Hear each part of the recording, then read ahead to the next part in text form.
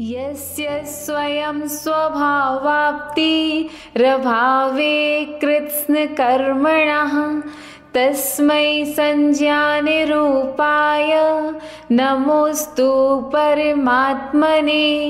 योग्योपादानयोगेन दृशितः स्वर्णतामता द्रव्यादिस्वादिसम्पत्ता वात्मनोऽप्यात्मता मता। वरं व्रतहि पदं दैवं नाव्रतैर्वत नारिकं छाया तपस्थयोर्भेदः प्रतिपाल्यतोर्महान्। यत्र भावः शिवं दत्ते द्यौः कियद्दूरवर्तिनी यो नयत्याशु गव्यूतिन् क्रोशार्धे किं ससीदति। हृषिकजमनातङ्कन् दीर्घकालोपलालितं नाके नाकौकसां सौख्यं नाके नाकौकसामिव वासनामात्रमेवैतत् सुखं दुःखं च देहिनां तथा ह्युत्वेजयन्त्येते भोगा रोगा इवापदि। मोहेन संवृतं जानन् स्वभावं लभते नहि मत्तः पुमान् पदार्थानां यथा मदनको द्रवैः। वपुर्गृहं धनं दारा पुत्रा मित्राणि शत्रुवः सर्वेथान्यस्वभावानि मूढः स्वानि प्रपद्यते। दिग्देशेभ्यः खगा एत्य संवसन्ति नगे नगे स्वस्वकार्यवशाद्यान्ति देशे दिक्षु प्रगे प्रगे। वीराधिकः कथन हन्त्रे जनाय परिकुप्यति त्रयङ्गुलं पातयन् पद्भ्यां स्वयं दण्डे निपात्यते। रागद्वेषद्वयी दीर्घ नेत्राकर्षणकर्मणा अज्ञानात् सुचिरञ्जीवः संसाराब्धौ भ्रमत्यसौ।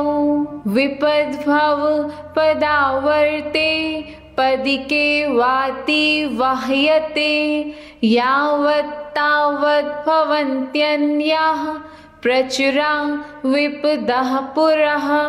दुरर्जेना सुरक्षेण नश्वरेण धनादिना स्वस्थं मन्यो जनः कोऽपिच ज्वरवानिव सर्पिषा।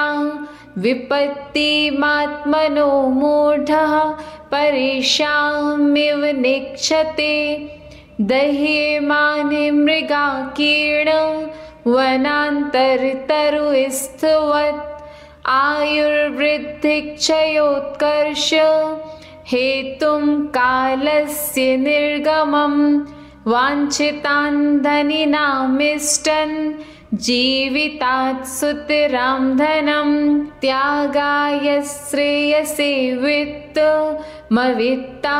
सञ्चिनोति यः स्वशरीरं सपङ्केन स्नास्यामीति विलिम्पति। आरम्भे तापिकान् प्राप्ता वतृप्तिप्रतिपादिकान् अन्ते सुदुस्त्यजान् कामान् कामन् कः सेवते सुधी।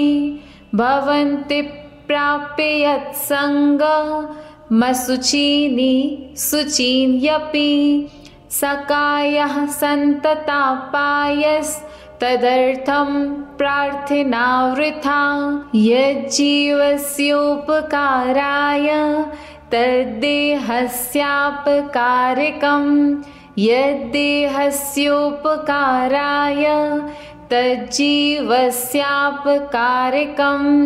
इतश्चिन्तामणिर्दिव्य इतः पिण्याक्यखण्डिकं ध्यानेन चेदुभे लभ्ये क्वाद्रियन्तां विवेकिनः स्वसंवेदन् सुव्यक्तस्तनुमात्रो निरत्ययः अत्यन्तसौख्यवानात्मा लोकालोकविलोकनः संयम्य करणग्राममेकाग्रत्वेन चेतसः आत्मानमात्मवान् ध्यायेदात्मनैवात्मनि स्थितम् अज्ञानोपास्तिरज्ञानन् ज्ञानं ज्ञानी समाश्रयः ददाति यत्तु यस्यास्ति सुप्रसिद्धमिदं वचः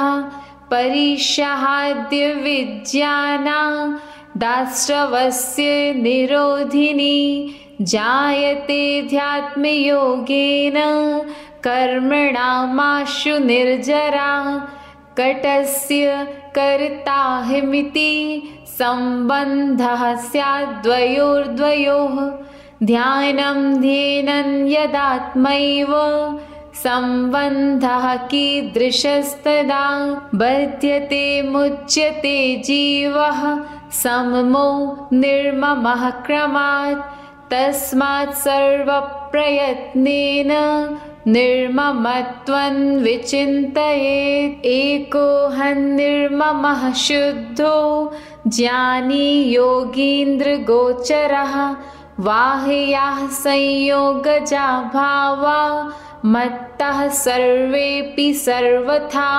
दुःखसन्दोहभागित्वं संयोगादिः देहिनां त्यजाम्येनं ततः सर्वं मनोवाक्कायकर्मभिः न मे मृत्युः कुतो भीतिर्न मे व्याधिः कुतो व्यथा नाहं बालो न वृद्धोऽहं न युवैतानि पुद्गले भुक्तोज्झिता मुहुर्मोहान् मया सर्वेऽपि पुद्गलाः उच्छिष्टेष्विवितेष्वद्य मम विज्यस्य का स्पृहा कर्म कर्म हितावन्धि जीवो जीव हितस्पृहा स्वस्वप्रभावभूयस्त्वे स्वार्थं को वा न वाञ्छति परोपकृतिमुत्सृज्य स्वोपकार परो भव उपकुर्वन् परस्याज्यो दृश्यमानस्य लोकेवत् गुरूपदेशादभ्यासात् संवित्ते स्वापरान्तरं जानाति यः स जानाति मोक्षसौख्यं निरन्तरं स्वस्मिन् सदभिलाषित्वादभीष्टज्यापिकत्वतः स्वयं हितप्रयोग कृत्वा दात्मैव गुरुरात्मनः नाज्यो विज्यत्वमायाति विज्यो नाज्यत्वमृच्छति